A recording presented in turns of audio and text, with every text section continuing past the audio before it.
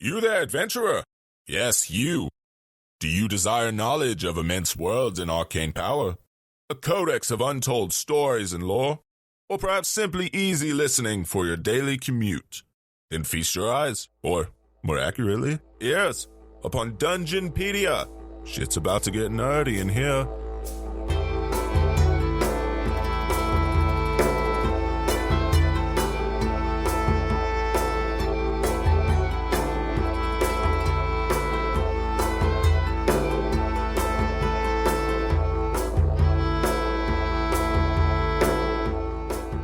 Hello everyone, and welcome to Dungeonpedia, an exploration into the lore of Dungeons & Dragons. We're your hosts, Llewyn Markell. Taylor Stanfield. And I'm Travis Beasley. Llewyn. Travis.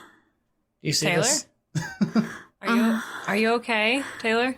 Yes. Okay, so I realize that I'm preaching to the choir here, so to speak, but do you guys know how hard it is to house hunt when you're a nerd? I mean, I'm in the process of, apartment hunting, but I think it's the similar kind of Situation. situation. Yeah. I mean, I don't think my being a nerd really comes into it so much, because I'm not looking for, a second room big enough to fit, one of those sexy tables with, the inlaid display and stuff. God. Oh, no, aren't those great? I want one so bad. Me too. My problem is less being a nerd and more just, being a cheap bitch. Okay, we have been hunting high and low for the city that we want to live in, which is nearby, but slightly more out of the way of, tornadoes and stuff. We've been looking high and low for a house within our price range that has a big enough second room for our D&D table because we're fucking nerds. And as it stands right now, we have enough room for everyone to walk around the table. But barely. It's It's cramped. what is this, maybe 2-3 feet on either side of the table to walk around? If somebody did too many squats, it would eventually stop happening. Matt. Yeah. One of our friends who, I swear, his butt has broken so many of our chairs, of our shelves. It's impossible to get around. He broke our plug back here one day that the computer uses, the little power cord. Oh my god. So if you're going to have nerd friends, don't make sure that they are not nerd friends who lift. Also, Or just nerd make sure boyfriend that, who lifts. Or just make sure that, you have enough room. Yes, also that. If you're a nerd who lifts, you need to skip leg day. They tell you never skip leg day, but you need to skip leg day. I don't want to talk about it. Well, here's another compromise. You guys could just set up all the nerd shit in the master bedroom. And Because it's just bigger. And just sleep in here. And just sleep in a smaller bedroom. I've seen people do that when they have I don't think our bed will fit in this bedroom. the whole room could just be a bed. You just open the door and just fall in. That would pretty much be what it would be. Yeah. I mean, but you say that that doesn't sound lit as fuck. Just a whole big comfy room. She has a valid point. She does. That sounds pretty cool, actually. But I don't want to soundproof that room. I don't either. And Fair enough. we're moving in. We're going to move at some point anyways. So the hunt continues for a big, massive nerd room for our next house. And then Llewyn's hunt continues for an apartment just for her and her doggy. And my plants. And her And her- plants. My and your plants. plants. I need lots of windows for my plants, my sweet children. But for now, nerdiness. Yes. What have you brought to Yes. us? Speaking of Okay. nerdiness. I have brought well, for one, it was actually something that was mentioned in our very first episode that Travis touched on briefly. But we got a request to expand upon this topic, and that was in an email from Jack Mathis, who actually sent us several lovely emails. Thank you so much. Yeah, you sent the first one. I hope you're listening to this episode. You sent the first one, and I was like, wow, that was really sweet. And then you sent another one, and I was like, whoa! I always Repeat customer! happen to get the emails while I'm at work, and they show up on my watch, and I just I go off to the side and read the email, and I'm just tearing up a little bit at work, and people are just are you okay? Yeah, I'm fine. I got an email! I got an email. It's fine. Seriously, though. It's awesome. Yes, we really appreciate the feedback and all the suggestions. And that you've been enjoying this podcast. Yeah. Thank you. Thank you so much. So, I'm going to start crying again. In that email, he did suggest a few things. Which Yes. one did you choose to go with on this one? This week, we are going to be discussing the Demilich Acererak. You heard me right. Acererak? Acererak. That's how you pronounce it. I was pronouncing it Acererak this entire time. Acererak. So was I. I was like, I'm going to do this, and I already have the perfect name. We can just say Acererak, but it's spelled like ass, because I have the sense of humor of a 12-year-old. I'm not gonna lie. I would have gone in the same direction. And then the 5th edition, a 5th edition module that he appears very prominently in, was like, nope, that's not how you pronounce it. So, Acererak. Acererak, which Acererak. makes sense if you look at the way you spell it. Because originally, in the Vecna episode, when you briefly mentioned him, I was like, okay, Acererak, yeah. When I read the email, it didn't really register either, because I did that thing where sometimes if you read something fast enough, your brain just like Substitutes letters or cuts them out. So I just read it as Acererak. And then when I actually looked it up and realized I was spelling it wrong, I was like, wait, what? Until I saw in the handy-dandy pronunciation and brief character description guide at the beginning of the 5th edition module that he prominently appears in, was like, Acererak. And I'm like, oh. So. All right. Well, that's good to know for good to know. future endeavors. or past endeavors. Or past endeavors. As much fun as it is to say Acererak, it is actually Acererak. Our past selves can feel this. This is what happens when you get a bunch of fucking southern hillbillies in one room. We're not hillbillies, but we are southern. We are southern. Yeah, we're, yes. Yes. Yes. So, anyway, Acererak. He originally appeared in the module The Tomb of Horrors, which was released in 1978. 1 PSW. Post Star Wars for any new listeners. This is your first episode. God. My calendar is a Star Wars based calendar, and that is a Greyhawk campaign. Okay. The Tomb of Horrors. The Tomb of Horrors. That sounds like something a Demilich should be a part of. Yes. And that was later revised for 3rd edition under the same name. So basically, they just took it and then made it 3rd edition, because obviously there's a big difference between the play style. Right. They just kind of took it and shifted it over. Yeah. Kind of like how 5th edition has done with The Curse of Strahd. Yes. Yeah. Acererak. I almost said it wrong again. This is gonna be a Acererak. hell of an episode. It's just too ingrained. The ass is too strong.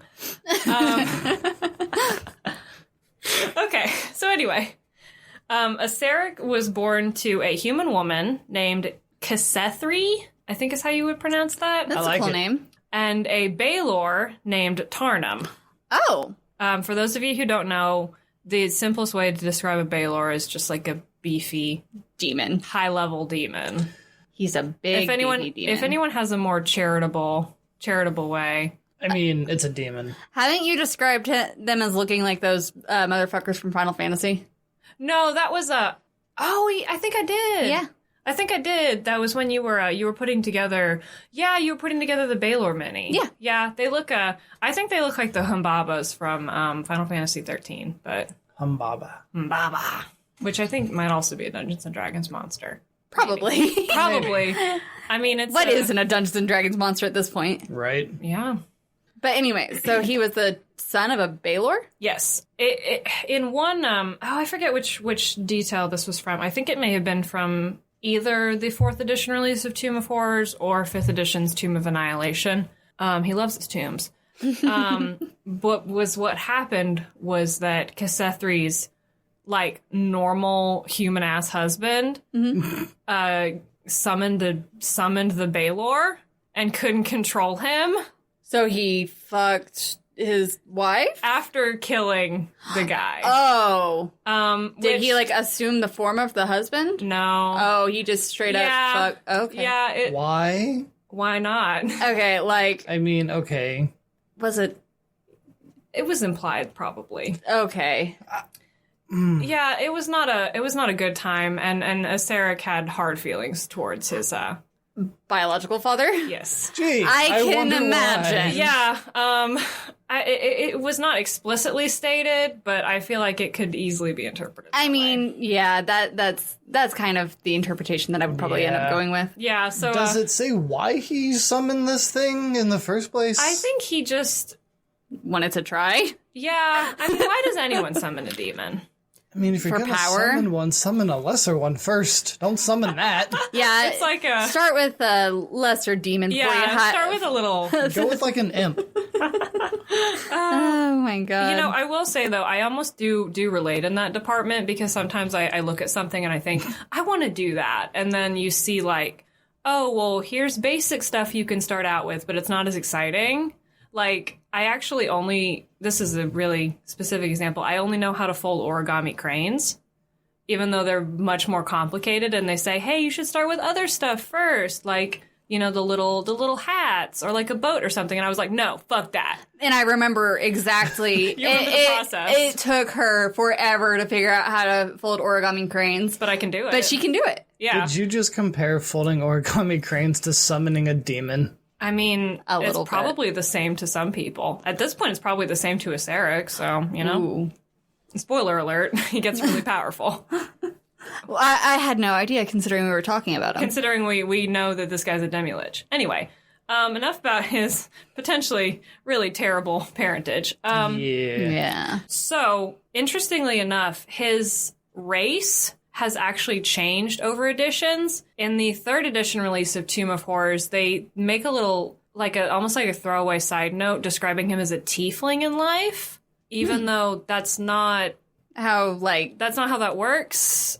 I mean, not 100% of the time. Yeah, but he was described as being a tiefling in life, and later releases describe him as either a half-demon, half-fiend, or cambion, which Yeah. a cambion is just the child of a human and like an incubus, succubus, demon, yada yada. Yeah. And apparently the distinction being that tieflings are from devils, not demons. Ah, okay. But again, that's a whole other, tieflings could be their own episode. Tieflings could be 3 episodes. Tieflings are probably going to be their own episode. Definitely. Looking at you there. Tieflings are in the work. So anyway, in 3rd edition he was described as a tiefling, but then this was later revised and he was called a cambion or just a half demon or half fiend in general. And also in kayfabe sources themselves, like legends and things that people told about him, there was as much discrepancy as it seems like you could say there was in official sources. Like some people would say he was a tiefling and some people would say he was a half demon, yada yada. There, I can see where there would be that kind of Shrouded in mystery. shrouded in mystery, and also people who don't like tieflings and don't trust them and don't trust half demons and stuff like that, they're not going to care about the distinction. They're just Yeah, going to group that's them all true. together and say, fuck this guy, he's a tiefling. And tieflings Yeah. are like, Right. he's not really a tiefling, he's actually half demon. They're like, I don't give a fuck, I don't like you either. Probably depends on what region you're going for there as well. That's a good point. So anyway, he spent his childhood, the first 10 years of his life, being hidden away by his mother because she was afraid of how the general population would react to his demonic parentage. Right. But he actually, it sounds like he actually had a caring mother who Yes. loved him. Yes. That's good. And then when he was 10 years old, this finally proved to be a very relevant concern because the town, because it was described as they lived on kind of the fringes of society. I'm imagining they lived out from a town. On farmland, near a town. Like on a farm or something. So the town nearby found out Oh. and started a lynch mob Oh. and set their house on fire and killed his mom. Aww. So, wait, not even the town she was in, but the town that was nearby? It sounds like that she didn't live in town. Yeah. She lived, Kinda like us. outskirts. Just the Yeah. nearby. Okay, so Sort they of found out and did what any sensible town would do. And, Which is start a mob and Yeah. Yeah. do arson. Yeah. Everyone loves some arson. Everyone loves some arson and dead moms. Ooh. So, arson and dead moms. And No. not Acererak, I almost did it again. Only survived this encounter because of his demonic blood. I'm assuming he probably had a similar hellish resistance. Oh, yeah. As tieflings would. Yeah, not immunity, but resistance to fire. Yeah. Yeah, Hell, I think in some editions they probably would have just straight immunity to fire. probably. Probably. And, I don't think that at this point Acererak actually has immunity to fire, but, At the very least, like you guys said, resistance. Yeah. So anyway, he is described as surviving this encounter because of his demonic ancestry. Yeah, who thinks fire? Fire is going to kill the demon. An angry, An angry mob. unthinking mob, apparently. I feel like Fair point. thinking I mean, is that'd be not- like them trying to, just take him and hang him. Hey, Probably wouldn't work. haven't you read the stat block for angry mob? They have like a -4 to their intelligence. And a -3 to their wisdom. Yeah. They're not very smart No. or charismatic or really anything. They're just strong and dexterous. Would they be... No, you know what? Never mind. We're not going to go down that rabbit hole. We can do an angry mob stat block episode. Our homebrew angry mob. Homebrew angry mob. That's like too many tangents. Too many. So he survived. Not unscathed. Yeah. No. As you can imagine. Someone's So- about to be angry. He went and fucked off to an empire called Baal Taroth after this, where a bunch of tieflings lived, I guess. And he whether or not anyone would consider him a tiefling, he kind of found companionship among them. They understand the same type of discrimination and Yeah, because they both have that kind of ancestry. be it demon or devil or whatever Yeah, specifics. They're demonic of some form. Whether it was your dad or it was like your great grandfather and whatever. it's like when you go and see your cousins. It's like we didn't have the same parents or whatever, but we had the same similar upbringing. Yeah, so it's like they get it. Yeah. So he he went and hung out there for a while. And at this point there's sort of like that gap that I also feel like existed for Vecna, where it was like he kind of was underground, sort of, not in anyone's eye really, learning about magic and doing his thing. He wasn't doing anything terribly interesting. For people to sit down and write about. Yeah, He was like, they're just not kind gonna- of being him. They're not going to be like he locked himself in a library and studied necromancy for a decade. Like that's not. That's not fun to write about. He Nobody just kind of did his own thing for a while, basically. Which one of the things that he did Oh. may have been his apprenticeship with Vecna, which it sounds like from your research about Vecna made it sound like it was definitely something that happened.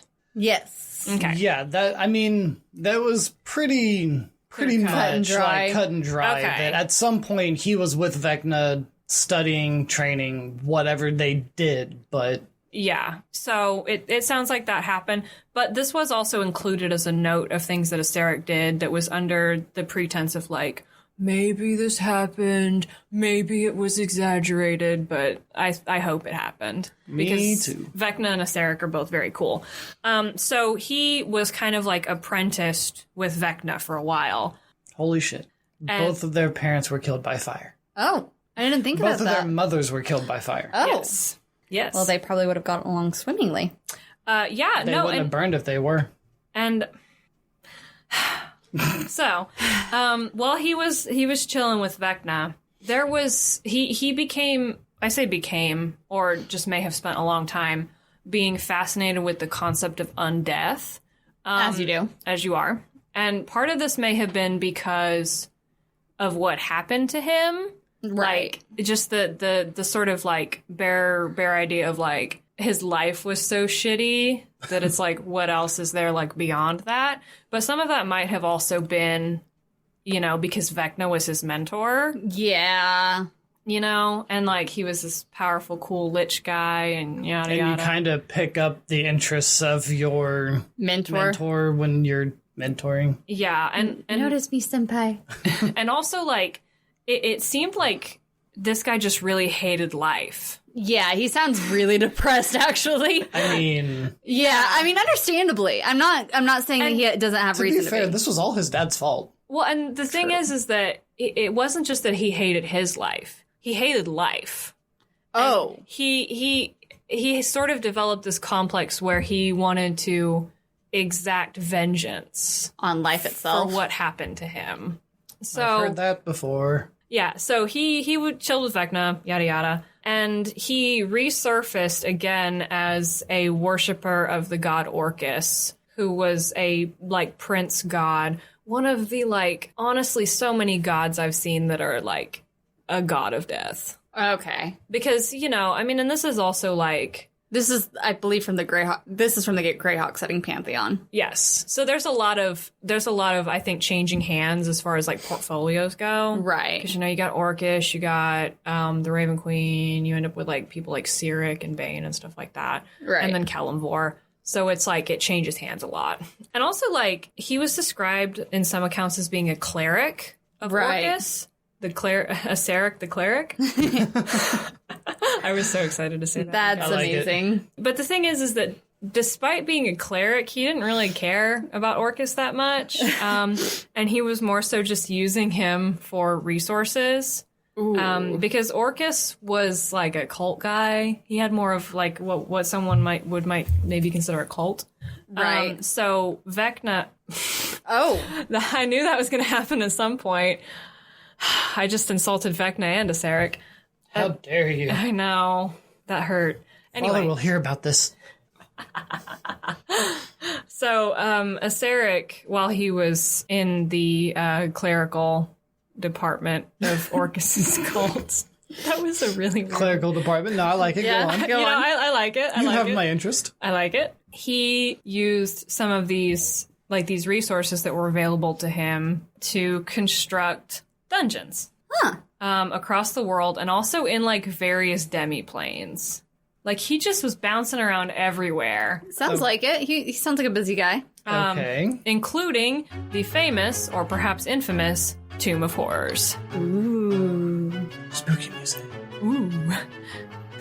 Find some fair use, not fair use, public domain spooky music. Oh my god. So eventually, I don't know when exactly this happened. Like, I don't know if he got like old as balls and then decided that the clock was ticking and he really needed to do this, or if he just eventually one day was like, fuck it, and turned himself into a lich. But eventually one day he was like, fuck it, and Turn himself into a lich. And at that point, he stopped his whole thing with Orcus, and it was stated that he was like, yeah, I was basically just using you, but I don't need you anymore, so bye. Oh. Damn. And he turned in his robes, he turned in his holy symbol, and locked himself in the Tomb of Horrors, and just worked. This is the point where it was like, yeah, he locked himself in there for, I think, 20 years, Oh my god. Jesus. and just worked on like magic.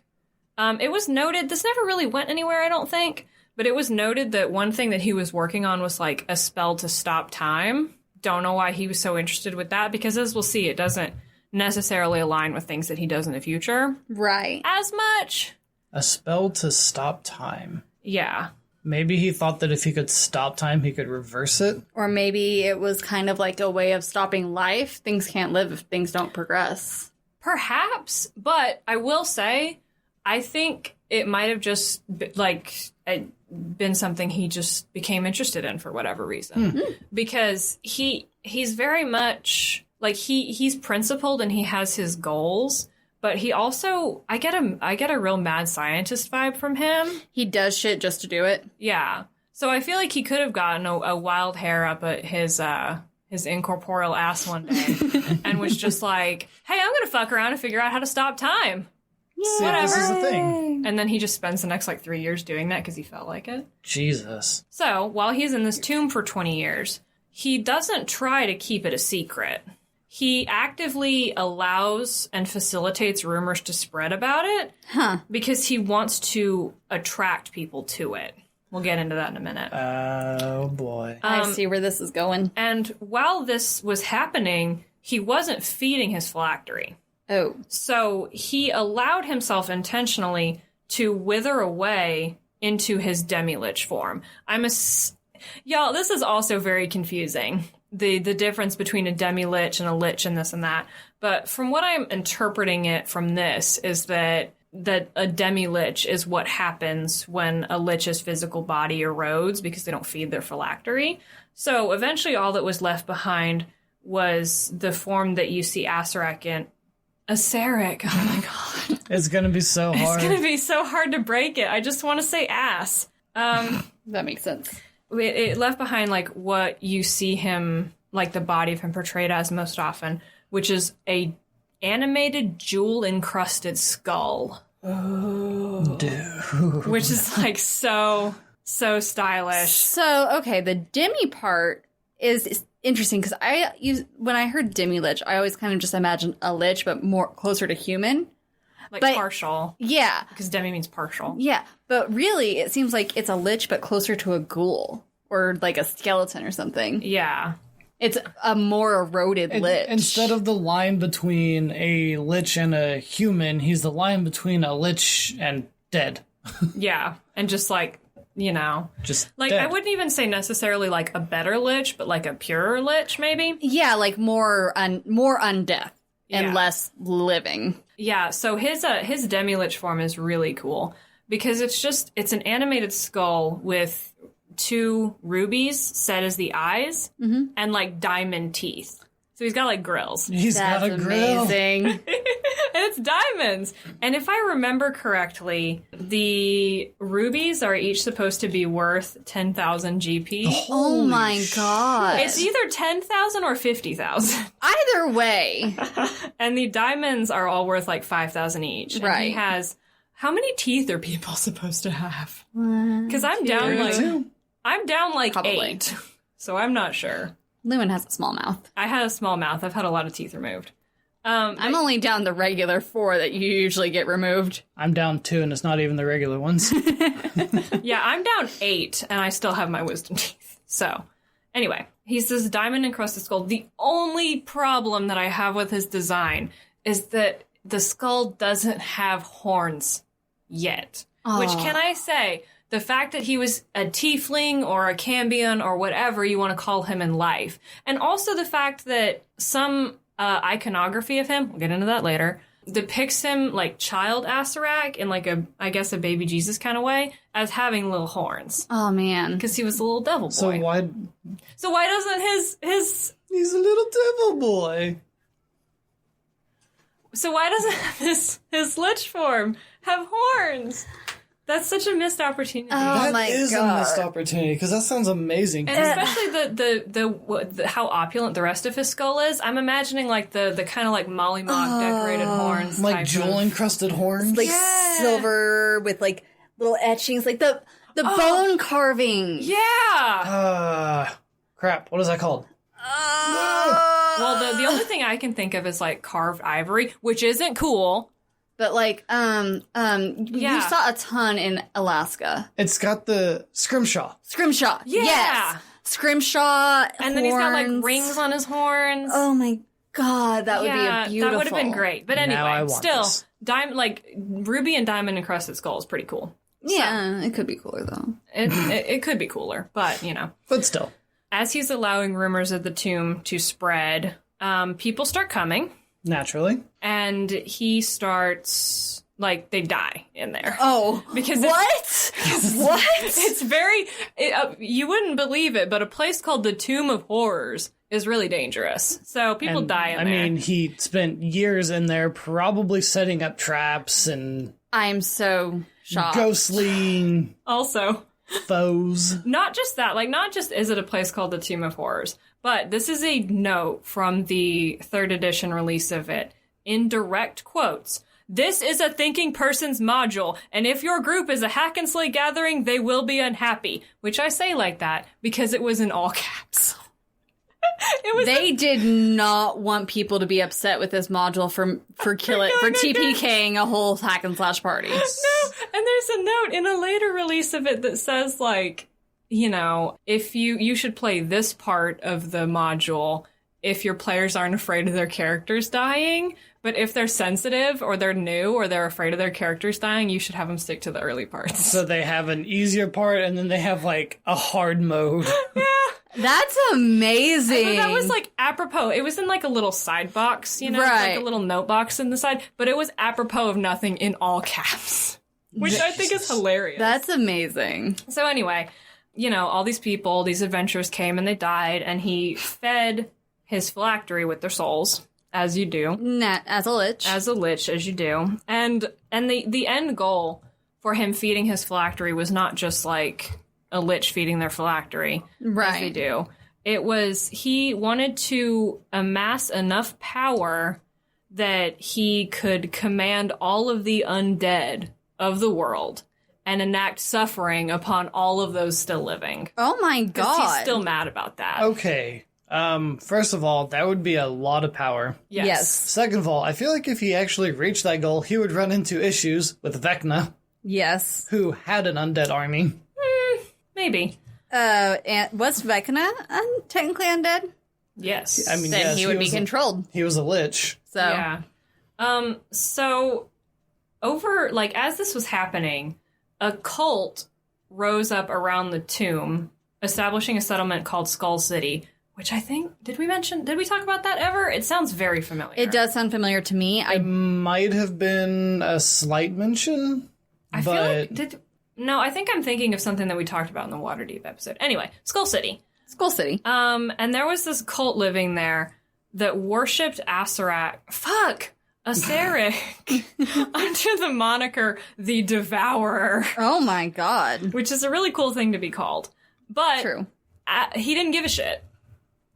He did not care for worship, and despite the cult's best efforts and their devoutness, they actually didn't really understand anything about like his true nature.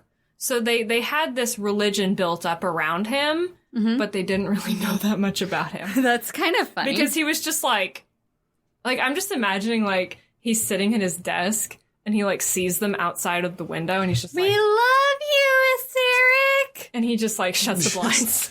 No. Blind shit. He didn't care. So he had this kind of thing going for a while. Adventurers would come to the tomb, they would die, he would absorb their souls with his phylactery, yada yada, until eventually, like, that would be the module, and that would be your party, Right. and they would come in and they would defeat him. So that happens. Hopefully. Or you die. Well, for the sake of me moving on further, Right. we're going to say that they defeat him. The party comes in, actually gets through everything, and kills him. Yes, because they are a party of thinking people. Yes. And so and not hack and slash. he underestimates the would-be victors of the Tomb of Horrors, and his physical form is destroyed and his soul is banished somewhere. So, you know, yay! They He's did dead. it! They did it. Yay! That's the end of the module and the end of Acererak. Everyone toast. Or is it? Stop the toast. Toast. Freeze frame. You might be wondering how we got here. And on that freeze frame, we are going to take a quick break to talk about our social media and things. Yeah. And when we come back, we'll talk more about how Acererak is definitely dead, and that was definitely the end of his involvement in anything. I don't believe you now. Roll an insight Let's check. all. Oh. 8. No, I'm telling the truth. No, Okay, I'm totally, seems totally forthright. Never mind. I have no idea then. Hey everybody, thank you for tuning in to our Acererak episode. Or Acererak, as we've As been I- failing at. Listen. So much failing. Listen, I hear that one the first time I hear it pronounced Acererak, and it just sticks in my head because it's got the word ass in it. You get to say the word ass. Ass. Correct. But our Acererak episode, and thank you for stopping to listen to this little plug right here after hearing me say the word ass in a very unpleasant way. You can follow us on our Twitter and our Instagram and our Tumblr at Dungeonpedia. Well, I guess the Tumblr's dungeonpedia.tumblr.com, but we have the just regular Dungeonpedia. There, we post updates when we release new episodes. We post some fun behind-the-scenes pictures on our Instagram, Some teasers. some teasers, some dice rolling stories. It's a lot of fun. Yeah, and we reblog nice art of We people's- retweet it on Twitter. We and do Instagram. retweet it on Twitter. I was about to talk about the Tumblr. Speaking of Tumblr and reblogging, we are on Tumblr at dungeonpedia.tumblr.com. I forget it's retweeting. There's lots of re's. There's a retweet, there's a reblog. Blog. And last week you actually called Travis out for the same thing, so it's probably sticking in your mind a little bit. It's spreading. Yeah. But you can email us as well and send us your messages and requests for episodes and suggestions and whatever you want to email us at dungeonpedia.podcast@gmail.com. This episode was actually a request that was sent to us by email. So thank you very much. Yes, thank you once for again. that. It's been pretty nice to get some suggestions and then look them up, Yes. and turns out they're pretty Pretty fucking neat. they're Yeah. pretty fucking awesome. Yeah. About stuff that we had no clue about before then. Yeah. Yeah, like Um, till this week, Acererak was just a guy that knew Vecna, but now, We know him. he's a full-fledged person now. Kind of. yes. Kind of. I mean, person, Demilich. Person. asshole. Yeah, he was definitely a dick. In any case, if you are so inclined to do so, please remember to rate and subscribe to us to wherever you listen to our show on. It helps us out greatly. Leave a review if possible, because that also helps us kind of jump through the ranks of, especially iTunes. Yeah. And to know mean- what we're doing. How we're Yes. doing. What I you mean, think? let's face it, there's a lot of podcasts on iTunes, and a lot more will keep cropping? Cropping. Will keep cropping up, and it kind of just helps us Stand out. stick out from some of the newer ones. I'm not saying that, we're better than everybody. We're trying to get our names out there like everyone else. I mean, we're So, pretty cool. I mean, we are pretty cool. I think we're pretty cool. So go ahead and do that if you would. That would be just fantastic. Almost as cool as our listeners. Yeah. Yeah. Y'all are awesome. Speaking of helping us jump through the ranks, tell your friends. They're nerds too, I'm sure. Even if if your friends don't play D&D, if you know a friend that just enjoys lore behind games in general, this could be a podcast for them. If they are into D&D and they don't know the lore behind it, this could be a podcast for them. If they just like lore and you've been trying forever to get them to play D&D, just play this podcast for them. If they hate Dungeons and Dragons, make them listen anyway. Maybe we'll change their minds. Or get new friends.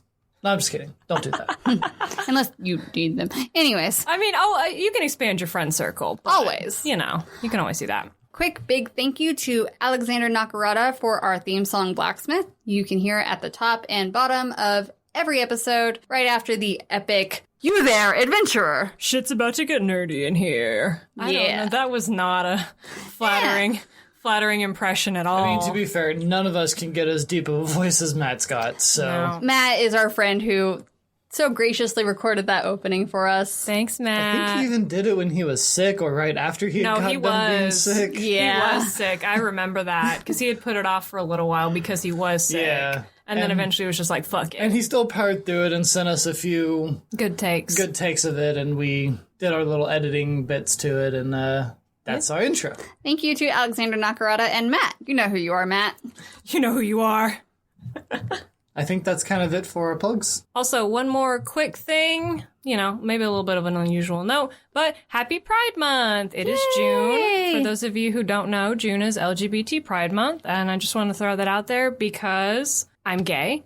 What? Whoa! For one. And for two, just, to put it out there, we love all of our listeners. We do. And we want you to be who you are. Yes. And be proud. Yes, and Llewyn actually wanted to do a Pride-specific episode this month, but unfortunately could not find a very gay topic to talk about. I mean, there's a lot of little ones, but nothing that I felt like I could really dig into. We'll have it ready for next year. Yeah, we'll figure something out. We'll get more into it. Until then, happy Pride Month, everyone. Like Lynn said, we do support the entire community and all of our listeners. And Dungeons & Dragons has always been really a great place for Self-expression. self-expression. Yes, absolutely. Be And yourself. it's even growing more into that now that it's becoming So popular. which I am so happy to see. Me too. Yes. I mean, to be fair, us getting into it, I think in general, is owed a little bit to its growing popularity in general. Oh, yeah. Yeah, I mean, know. we're part of that wave of being caught into it, which Yeah. I'm not complaining. Not at all. I mean, I've always been into like nerdy stuff, so I probably would have gotten caught in the wave anyways, but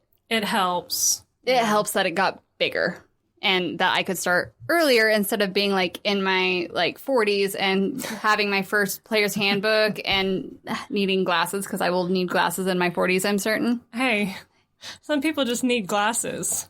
Anyway, I need to know more about this Acererak person. This Acererak person? This Acererak person. This Acererak asshole Acererak dude. So, without continuing any further on our ads and subjecting our listeners to more of our rambling, let's get back to the episode. Which includes more rambling. So, as I'm sure everyone had figured out or never really thought anything to the contrary, that was not the end of Acererak. What? Wait, Wow. no, I believed you. I critted my my deception check. Damn. So he manifested again, quote, through sheer force of will, unquote, which is pretty cool. Yeah. He was too angry. He was too angry. He was too stubborn to die, which is good. And so after this, we move into the 4th edition Tomb of Horrors because they love that name. Like, I'm not calling anyone out because it's a good name for a dungeon, but they had the 1st edition module, then they had a sequel called Return to the Tomb of Horrors, and then they had the 3rd edition revision, and then the 4th edition one was called Tomb of Horrors. Like, it just they love that name. They knew what worked and they stuck with it. Yeah, like Good on this them. module clearly worked, so just keep Also, Keep on like, going. Also, like, I swear, and we say this every episode about something, at least like 3 times, but we could do an entire thing just about the Tomb of Horrors module. And like, if I got to a point emotionally where I could handle the prospect of my character dying, I would actually love to play in like any one of these that I kind of looked into for bits and pieces about Acerek's backstory. Acererak! You guys, I'm gonna cry. Like, about his backstory. Like, they're all very, very interesting. So anyway, he re-manifests through sheer force of will. I did air quotes. Yes. Just then. And after this, his MO was to create these things that were described as Eldritch engines, which is actually just a really cool way to refer to the dungeons as a whole. It's like the whole of these dungeons were like machines that were meant to channel the power of dead gods. Oh. So damn. he moved on from just like the souls of regular people a little bit, and decided that he wanted to start using the souls of gods that have died, because this was after in the 1400s Dale Reckoning, I think, when like the time of troubles and shit was happening. Okay. So like he knew gods could die. Like, you know, they'd killed each other, they'd been killed by mortals. So his new thing was that he was going to use the power of dead gods. This was a well-established thing that this happens. Yeah, gods can die.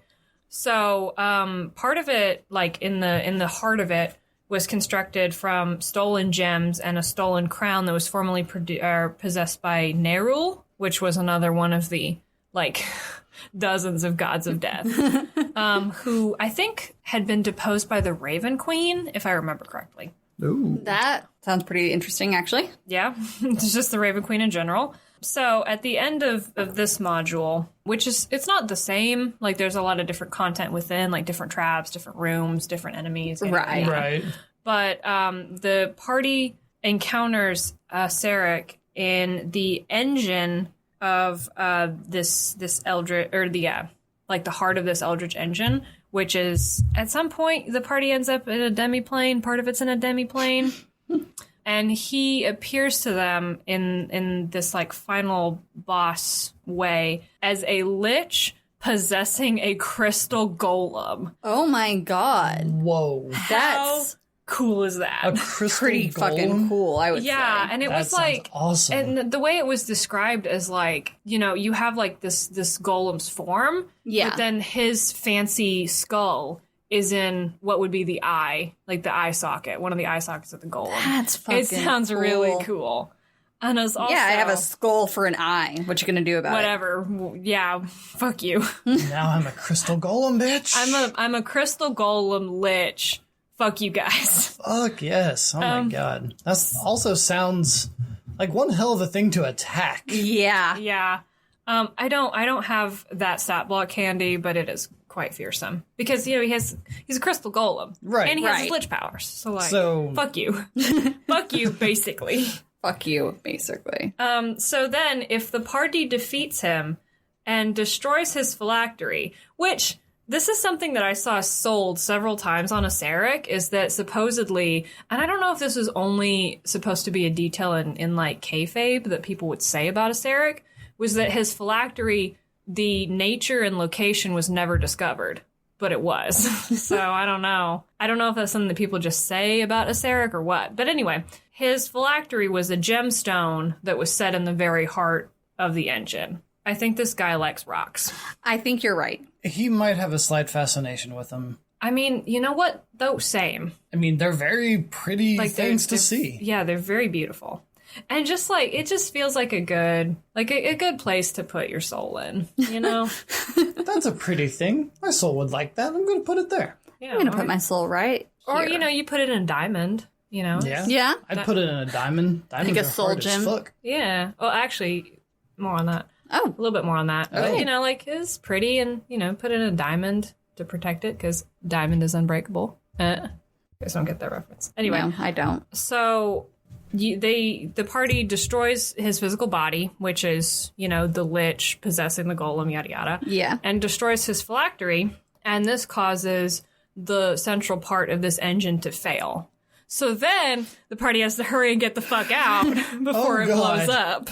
And Yay! and then, which hopefully your party, being that they have gotten through the Tomb of Horrors, is intelligent enough to think about this. But even though they've destroyed the golem and the phylactery, like, he didn't leave a corpse behind. There was no trace of his physical body left, which is the skull. Right. And so that means he's not actually dead. And your party has to figure this out, you know, or they have to realize this. Because Otherwise, they fucked. I guess that this, like, it's not always clean cut that destroying a lich's phylactery actively kills them, I guess. I guess what it's supposed to mean is that destroying their phylactery gives you the ability to kill them. Okay. That makes Okay. sense. Because how at least Acererak operates is that if he is killed, like, his physical body can be killed, but he just basically respawns near his phylactery in like 24 hours. Okay. So it's sort of almost like the preventing Strahd from going back to his coffin thing, but a phylactery. But a phylactery. Phylactery, yeah. So you can destroy the physical body, but the phylactery still stands. He'll just come back in Yeah. 24 hours and be like, yep, hi. Or Hi, you what's up? destroy the phylactery. And if you're like me, you destroy the phylactery and you think, okay, good enough. But then he just fixes it. Right, because I was under the assumption that destroy phylactery, destroy lich. Yes. Yes. That's kind of how I've always assumed. Thought about it. Yeah. Yeah. So anyway, then they have to figure out where he went. And they like, it's actually pretty interesting because they cover, just a little side note, they cover a lot of different ways that, like, you could do this, or, like, alternatively, maybe you don't want to make it to where your party can just use like a scrying spell to find him, so you can do this instead, yada yada. But anyway, they figure out that he is in the abandoned tomb back on the mortal material plane, and they go there to destroy him once and for all. So at this point, at the end of the module, Acererak is, like, panicking. Right. Because they his- figured out how to kill him. Yeah, his phylactery's gone. The other tomb blew up, and he panics, and he realizes that he doesn't have enough time probably to repair his phylactery or make a new one, or however he decides to do it, Yeah. before the party's going to come find him. So what he does instead is somehow gets a hold of the Eye of Vecna. That one. Oh! Yes. And then the party comes and finds him with one of his ruby soul gem eyes. Yeah, his eyes are soul gems. I don't... Okay. Yeah. Yay! One I of figured which is something out. replaced by the Eye of Vecna. Oh, no. Oh, Yeah. Lord. Yep, okay. Yep. If the party is defeated, which They could be. they could probably very easily be. I mean, I say very easily. At this point, your party is obviously very powerful. Right. But this is still Acererak armed with the Eye of Vecna. Right, now, not only is he a powerful lich, he is armed with this legendary artifact yeah. from a lich. Another lich. Different lich. His old work associate. His old work associate. Oh, yeah, I called in a favor with my old boss. So anyway, if the party is defeated, he basically eventually attains godlike power, Yeah. and he is not interested in being a god. He is only interested in sort of his own, I would call it his own personal, like, interpretations of power. Okay. Because, like, he doesn't want to be a god insofar as, like, he doesn't care about worship. He just wants to have the power to do the things he wants to do. Okay. Which in this case is he goes off and seeks to destroy gods with portfolios over magic because he's fascinated by magic. And his followers, because I guess the people in Skull City are still kicking, they're like, yeah, and they start wars with cults of Vecna and Orcus. So I'm assuming his acquisition of the Eye of Vecna was not in a nice way. Probably not. Well, to be fair, though... At that point, Vecna's dead. Yeah, at this point, that's just an artifact that is... Out there. So it's not like he's going and, like, taking the eye out of Vecna's skull. That's a really metal image, though. A little bit, yeah. Just like, grotesquely ripping the eyeball out of another lich. Ew. This is mine now. This is mine. And then he just pops the other ruby out. And, like, puts the ruby in that spot. Thank you for your tutelage, sir. Here you go. Plop. Ew. Ew. Squish. Gross. Ew. I don't think he would. I was drinking. I don't think he would squish at that point, though. No, it would be taking it He's too crusty. from the... Yeah. He's crusty. Ew. I hate it. But still, this cult... Or it's like, never mind, I was about to get really gross. Never mind. Oh. So this cult is now going after the cult of Vecna, The cult of Orcus. the cult of Orcus. Two people that Acererak used to work for. And this isn't even something that Acererak wanted. He doesn't give two shits about this cult. Yeah, and this is happening, but also this is a footnote.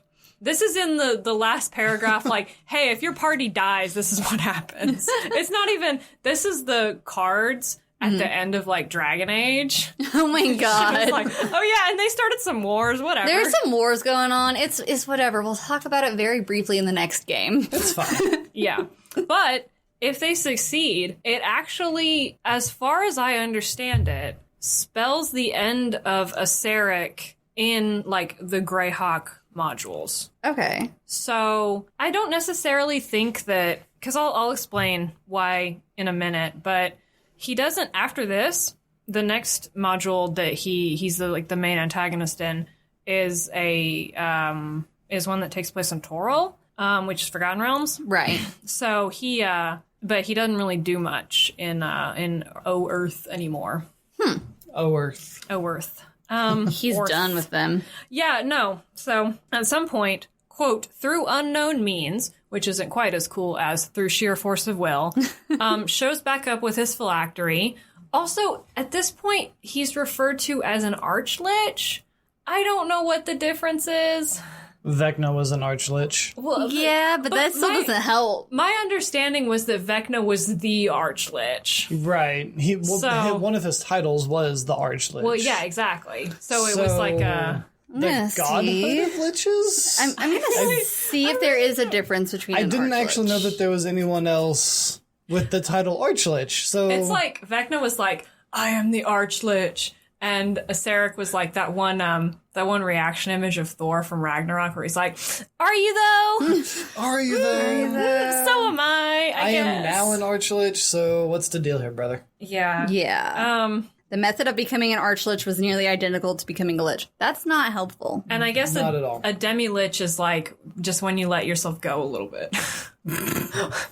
He sees Acererak as like a disembodied skull, and he's like, wow, man, you really let yourself go. This is devolving into jokes, guys. I still got stuff I need to talk about. So he comes back somehow through unknown means, and this was not stated, but my personal interpretation is that, the original stuff in the original Tomb of Horrors happened, and then he came back and he started doing the Eldritch Engine thing, and then the 4th edition party came and fucked up his shit, and he was sick of having his plans ruined on/around relating to O-Earth. So he decided he was going to go to Toril. Cool. And when he went... Toril has seen so much shit. But so is Earth. Oh, Yeah, they've seen so much shit. Just a quick aside, an Archlich is a lich that retains their original alignment when they attain lichhood. okay. Neutral evil, by the way. Yeah, so I mean, he could have anyways, but Yeah. Okay, well, that's settled. Well, wouldn't technically the Eye of Vecna would have made him neutral evil anyway, yeah. right? Yeah, because it That's what it changes your did. alignment. That's the one that, like, because the hand doesn't change your alignment until you hit that Until- 100%, right? Yes. But the eye, you pop it in and your alignment's it neutral evil. immediately will change your alignment. He was neutral evil anyway, so. So it didn't matter. Yeah, but that's the way you have That's the distinction. the distinction, yes. Okay. So anyway, the first thing he does when he goes to Toril is he goes to this place called Omu, which is like a kingdom sort of thing. Right. And he kills their 9 trickster gods, which they had this kind of like Okay. interesting, like this interesting society where the gods were kind of constantly bickering with each other. And they took it out on their people, basically by having their clerics like sacrifice themselves and do all kinds of weird shit. So anyway, he kills these guys, because why not? Why not?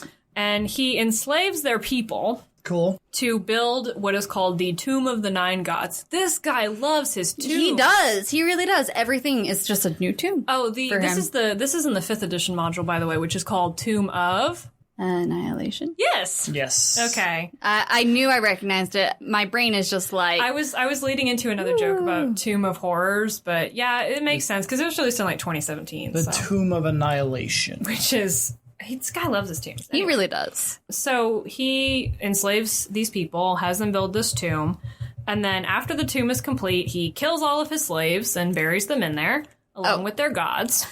Great. Which is cool. How big was this fucking tomb, first of all? Very large. So anyway, And I assume that the gods were in their, like, mortal avatars. probably. And also, it was very large because of what it needed to house. We'll get to that in a minute. Oh, So a Tarask? that could be interesting. So anyway, also his appearance in this one changed a little bit. This is the reason I asked you if you had the 5th edition Dungeon Master's Guide handy is that Acererak is actually featured on the cover. Oh. That's Acererak. Really? And he has horns now. Finally. It appears that it's just a helmet with horns, but he has horns now. But that's his actual horns? I'm going to say it's his horns. I don't care. I hope it's his actual horns. Like the helmet is just like molded around them? Guys, we're just horny over here, Oh I my guess. god. We do love horns, though. We're horny for horns. So yeah, if you have a copy or you've seen it, that's Acererak. Or you can just Google the image because... Which is what I'm about to do. Okay. Well, I'm just trying to be more helpful to people who don't true. have copies on them. That's true. Anyway, you're not a real fan if you don't have the book directly adjacent to your right.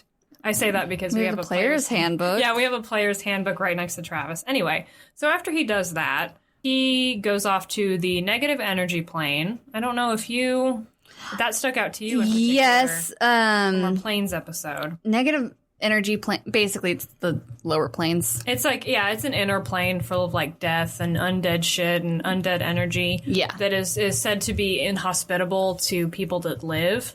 Yeah, that's Acererak. We just pulled a picture up of him. He's very, Lichy. yeah, very lichy. Actually, Spooky.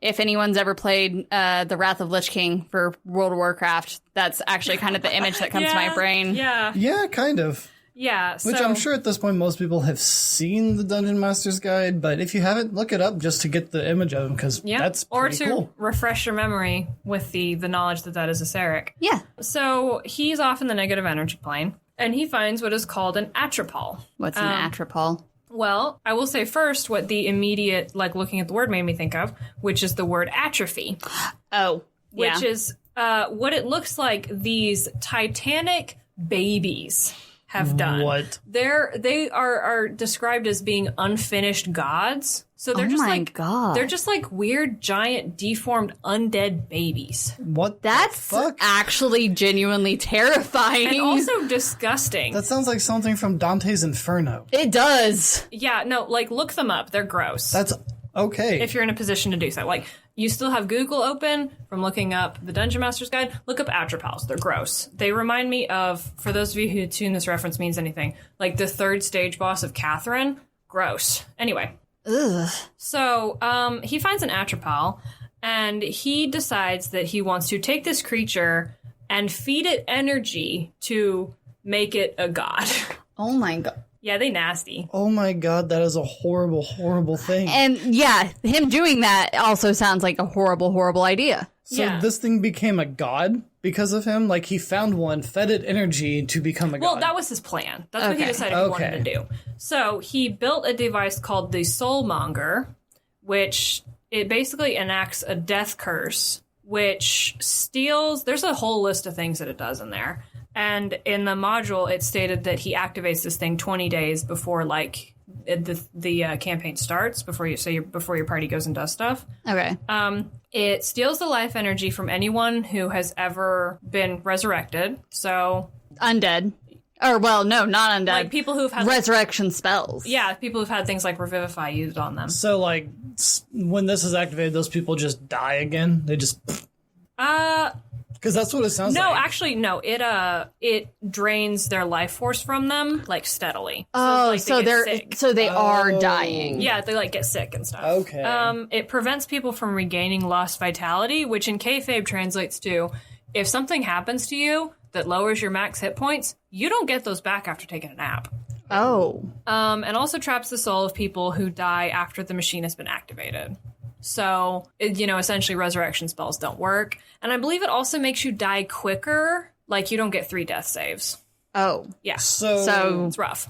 Wow, this entire... So, basically, that would be a precursor to, like, the campaign, kind of session 0, when you're explaining what's happening. These people are getting sick, no one's able to be resurrected, something's happening that no people one are can understand. dying faster than they weird, normally Yeah. would.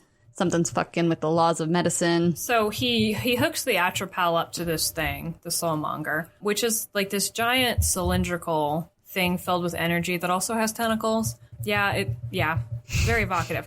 And he puts them in the Tomb of the Nine Gods because he decided that's just where he was going to do this. Right. So this module was really interesting to me because, like, it succeeds, I think, in like its vibe, because like the Curse of Strahd and like the Ravenloft and stuff was like goth, but this is very like, because it's like Mad scientist-y. well, but the thing is that initially it sort of has like a jungly vibe. Like Omu. I forget if it's the city that's named Omu and the kingdom is named Cholt or vice versa. But basically you go to like this jungly place and then you find the tomb itself. And it's the backstory options that you have are like archaeologists and like anthropologists and stuff like that. So it's got that sort of like explorer, Like kind of an Indiana Jones vibe. yeah. Well, for some reason my visual is like Road to El Dorado, but Oh no, I like that even more actually. I know. So that's a cool vibe. And there's also like a lot of cool hidden details. Like at one point the party comes across a treasure hoard that is actually full of Acererak's I'm so disappointed in myself. Acererak's Lich followers' phylacteries. Oh. Because they're just in gemstones. So there's just a bunch of their phylacteries are just sitting there. And if you don't do good enough on your Arcana check, your party has no idea. They just think they're gemstones. It's just like, oh, these are cool gemstones. Why are they all here? But if Yeah. you do a good Arcana check, then you can like knock out some of the liches he's got working Start for him. just Yeah. smashing them all. And also, like, when you get down to, like, the bottom of this place, which, by the way, the visual in the Atropal is that... Spoiler alert. Spoiler alert for Tomb of This whole Annihilation. thing is kind of a spoiler. Yeah. 2017. Is when you get down there and you find the Atropal, and the visual on this is that this Atropal is about the size of an elephant. Oh. So, big baby. Is that you have... It's a key part of it, is that your party has the decision to kill a baby at the end of their campaign because of something that some dumb lich bastard went off and did. Does this sound familiar? I'm trying to remember. You Hey. guys, I foreshadowed something that came out in 2017 that I didn't know about. Hey. Wow. Hey, Llewyn. Would you kill the baby? This baby? Abso-fucking-lutely. I wouldn't, because what happens when you kill the baby, the Atropal, it's not really a baby. But it's a baby. Like, the visual is too much. Acererak shows up to exact revenge on you if you kill this baby, because you fucked up his plans. But what I think is interesting is that in this one, like, he's there because you messed up his plans, and he's like... Pissed off at you. He's pissed off. But he's also not as invested in it, because he actually, like, bamfs out of the encounter if you get him under 100 hit points. So you cannot kill him. Well, the thing is you can. Oh. Not if you play the kind of characters I do, because I don't think I could deal 100 damage in one round. Oh. But there are some that probably could. Yes. Or, you have the whole party that can take shots then. But anyway, if you do manage to kill him, he actually just comes back because you don't have access to his phylactery in this one. It's often a demiplane that's described as, like, right next to everything that's happening, but it's in a demiplane, so you don't actually have access to his phylactery this time. Unless you somehow go to that demiplane. Yeah, they didn't cover that, I don't think. So it was probably one of those things to where, like, no, you don't have access to it. It was intended to where, like, he basically just shows up because you're mad that he ruined his plans with this Atropal, and then he just, like, he's not invested in it enough, so he, like, he leaves when the going gets tough. I mean, you already killed his what he was going to be working with. Yeah. So that is his most recent major appearance in a campaign. Is in Jesus, that is horrifying. Little Tomb bit of Annihilation. Which also, I have pulled up the stat block for an Atropal. Yeah. First of all, they are lawful evil, apparently. Weird. Okay. Yeah. Second of all, their fucking attack is like ridiculous. Plus 19 or something to hit? It's a plus 11 to hit. Oh, plus A 11. reach of 10 feet. Its hit does 7d8 Oh God. plus 30 necrotic damage. Yeah, so have fun trying to kill that thing. Yeah, its hit points are also 420. Nice. Nice. Or 40d10 plus 200. I like it. And, I mean, I don't like that number, but I like the 420. 420. Yeah, I mean, I like the number, but I don't like the implications. It's got... I mean, its challenge rating is a 30. So if you're fighting this thing, you obviously have either made a grave mistake... Or you're powerful or you're enough. very Yeah. powerful. Also, sidebar, if you don't kill the Atropal, then eventually... Because, like, you can destroy the Soulmonger, but not kill the Atropal. Right. So eventually it just... It gets like a little cult around it. Oh. Dead baby cult. I don't... Oh. Sidebar, dead baby cult. So if you, like, go to attack the Soulmonger and, like, destroy it, the baby's not gonna, like, flip the fuck out on you. I guess. I'm really not sure. Or maybe that could just be one of the things that, like, they destroy that while trying to fend off the baby long enough to run. Yeah, but you don't have to kill the baby. Yeah. Okay. Which just, like, the fact that decision was, like, one of the most pivotal last decisions you could make in a campaign was, like... And see, I would have... Top notch. I swear I knew nothing about Tomb of Annihilation when I made that comment. I would have fucked up because I was immediately like, no, kill that fucking thing. And then you looked at the stat block. Yeah. I mean, I would... Depending on the character I was playing, Might I die. still might be like, no, we're gonna kill it, and I would just Yeah. attack it. I would Yeah. just blast. That's because you don't metagame. Metagaming is bad, everyone. Yeah. But, but at the same time, like... If you're playing a character that's wise Yeah. and intelligent, that's different. Or you have a character that really does legitimately see this as, like, just a big, weird baby. Yeah. Because, like a like, genuinely caring character. And they don't know that it's, like, this terrible, necrotic, lawful, evil thing. And they're just like, it's just chilling down here. We're not going to kill it. That's just a big baby. Why would we attack it? Yeah. Yeah. But...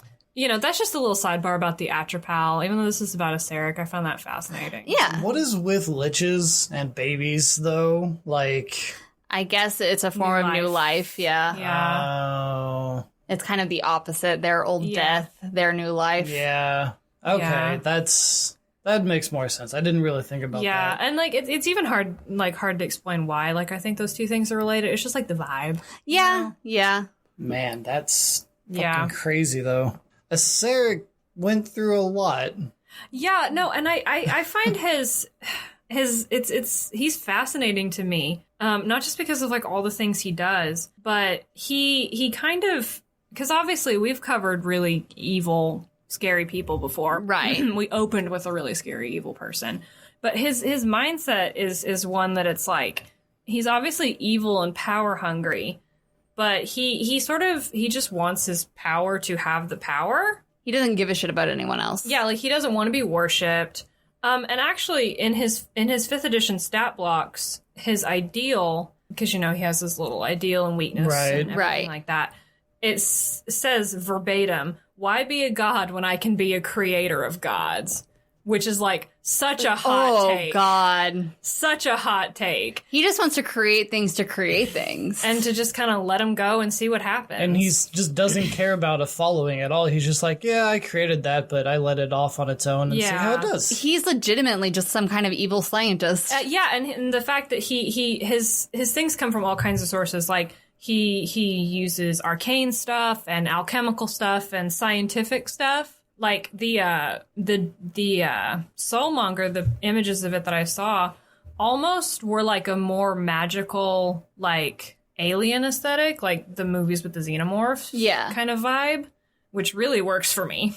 Yeah. Especially because it's at the bottom of this tomb in a very like jungly area where you play an archaeologist. It's like top notch chef's kiss. Mwah.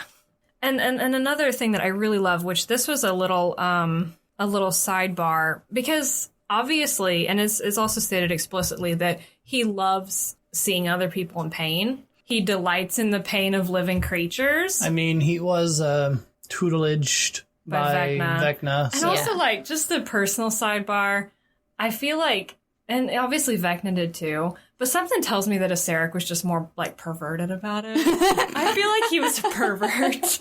I don't know why. I'm experimenting on stuff. Yeah.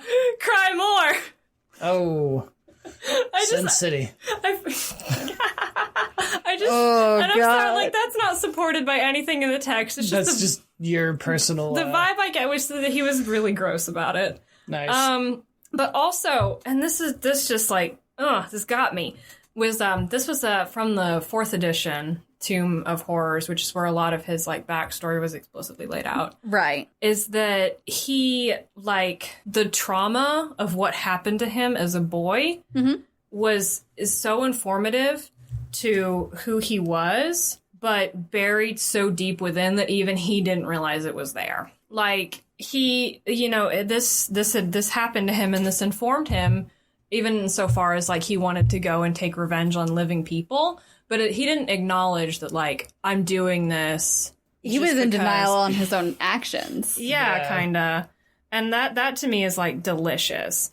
And also, like, what is described as, like, being his flaw is that he is extremely arrogant insofar as he actively leaves hints and clues in all of his dungeons. Because no one would ever find out. No, because it makes it more satisfying to him. He wants them to find out. That he gives people the tools they need to succeed, but they still fail. Oh, man. This guy really is just a dick. He's nasty. An arrogant asshole. He's a nasty guy. He's a nasty boy. He's a nasty boy, and he's great, though, because, like, I don't know.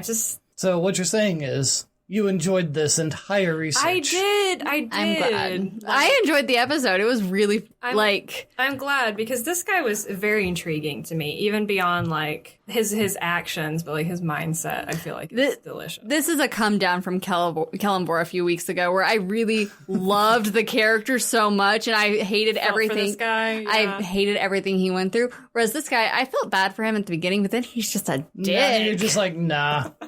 I had me at the beginning. I'm not gonna lie. Yeah, and also, like, he's got his fingers on a lot of pies too. He does. It's like he was on Earth, and then he's got layers on a bunch of demiplanes, and then he showed up in Toril. Right, like he just pops everywhere. It's just like, yep, there's gonna be a tomb here, a tomb here, and a tomb here. Tombs for everybody, and everybody gets a tomb. Oh my god.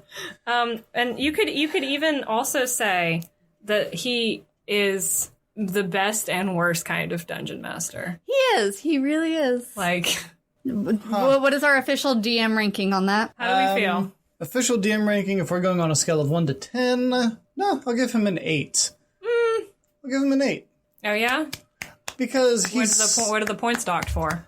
The points are docked mostly for the fact that he still wants people to die. He still wants his players to die. And you don't?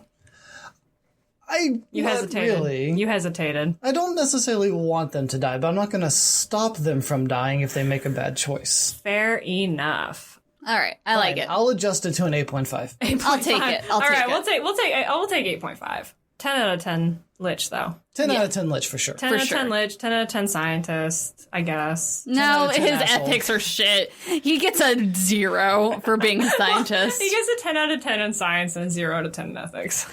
Fair. Oh, man.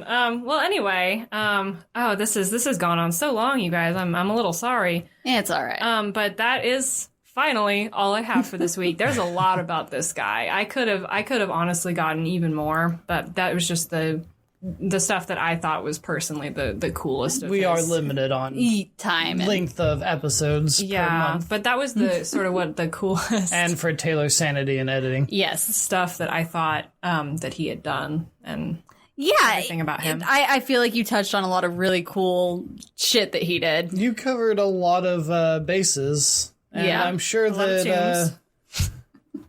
a lot of tombs. so I'm many sure that tombs. you made...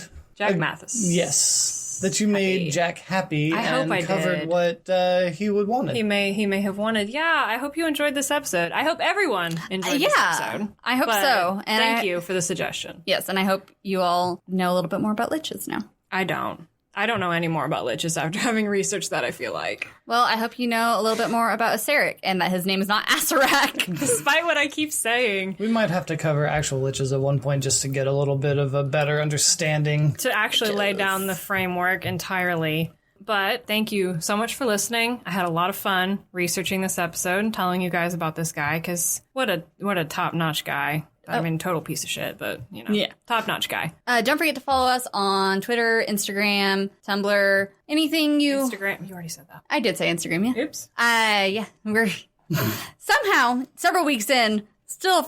Really excited about our Instagram. It's fun. It really is. We've gotten some very good Responses on there. responses. I was Yeah. going to say reviews. Responses. Leave your reviews on Instagram. Spread the word to your friends.